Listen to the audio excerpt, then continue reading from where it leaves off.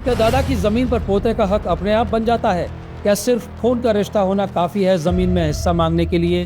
अगर आपका जवाब हाँ है तो रुकिए, राजस्थान हाई कोर्ट के एक हालिया फैसले ने इस भ्रम को पूरी तरह तोड़ दिया है। इस केस की डिटेल्स वीडियो में आगे बताई जाएगी, इसलिए वीडियो में बने रहें और आगे बढ़ने से पहले चैनल को सब्सक्राइब करना ना भूलें।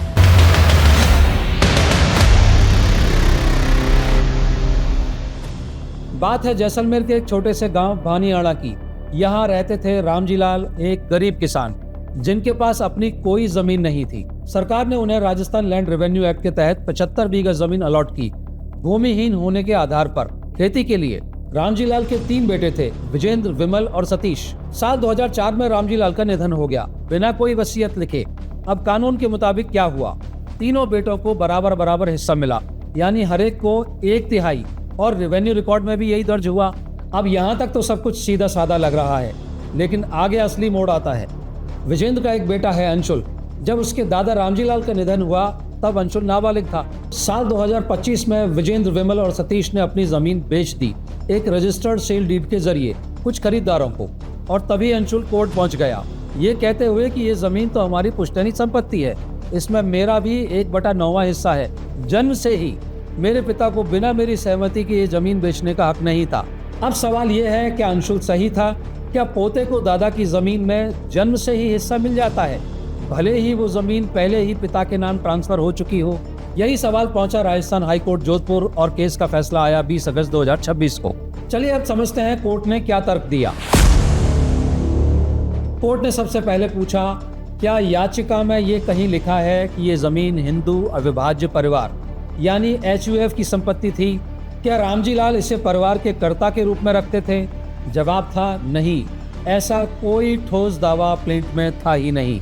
कोर्ट ने हिंदू उत्तराधिकार अधिनियम 1956 की धारा 4 और धारा 8 का हवाला दिया। इसके अनुसार जब कोई हिंदू पुरुष बिना किसी वसीयत के मरता है तो उसकी संपत्ति उसके क्लास 1 उत्तराधिकारियों को व्यक्तिगत रूप से मिलती है, न कि पुश्तैनी संपत्ति के रूप में। यानी रामजी लाल का जब निधन हुआ तो उसकी जमीन उसके अपने तीनों बेटों को सेल्फ एक्वायर्ड प्रॉपर्टी यानी अपनी निजी संपत्ति के तौर पर मिली, पुश्तैनी संपत्ति के तौर पर नहीं। और जब पिता की संपत्ति खुद उसकी निजी हो जाए तो बेटों को जन्म से उसमें कोई हिस्सेदारी अपने आप नहीं मिलती। राजस्थान हाई कोर्ट ने सुप्रीम कोर्ट के एक अहम फैसले उत्तम वर्सेस सौभाग्य सिंह का हवाला देते हुए साफ किया कि सिर्फ खून का रिश्ता होना कोपार्सनरी राइट यानी जन्म सिद्ध हिस्सेदारी के लिए काफी नहीं। लेकिन अभी कहानी में एक और मोड़ है। अंशुल ने यह भी दावा किया कि उसके पास खातेदारी हक है यानी काश्तकारी अधिकार, पर कोर्ट ने यहाँ भी उसे झटका दिया। कोर्ट ने प्यारेलाल वर्सेस शुभेंदु केस का हवाला दिया और कोर्ट ने कहा, खातेदारी हक जैसे मामले सिविल कोर्ट में नहीं बल्कि राजस्थान टेनेंसी एक्ट की धारा 88 और धारा 207 के तहत सिर्फ रेवेन्यू कोर्ट में तय होते हैं। यानी अंशुल पहले सिविल कोर्ट में गया, ये ही गलत जगह थी।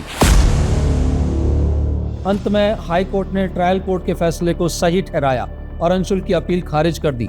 कोर्ट ने कहा, बिना ठोस सबूत और सही दलील के सिर्फ रिश्ते के आधार पर पुश्तैनी संपत्ति का दावा नहीं किया जा सकता। तो इस केस से हमें 3 बड़ी सीख मिलती है। पहली, दादा की जमीन बेटों को मिलते ही वो अक्सर निजी संपत्ति बन जाती है, पुश्तैनी नहीं।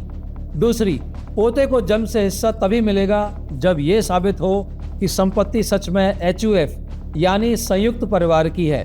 तीसरी, खातेदारी हक का मामला सिविल कोर्ट नहीं रेवेन्यू कोर्ट में जाता है। अब आपकी बारी। नीचे कमेंट में लिखिए कि आपको लगता है अंशुल के साथ न्याय हुआ या उसे पहले ही पिता से अपना हिस्सा मांग लेना चाहिए था। अगर वीडियो पसंद आया हो तो लाइक कीजिए, चैनल को सब्सक्राइब करना ना भूलें और बेल आइकन दबाना मत भूलिए ताकि ऐसे ही असली केसों की कहानियां आप तक पहुंचती रहें। मिलते हैं अगले वीडियो में, तब तक बने रहिए नियम कायदा कानून लॉ फॉर ऑल के साथ।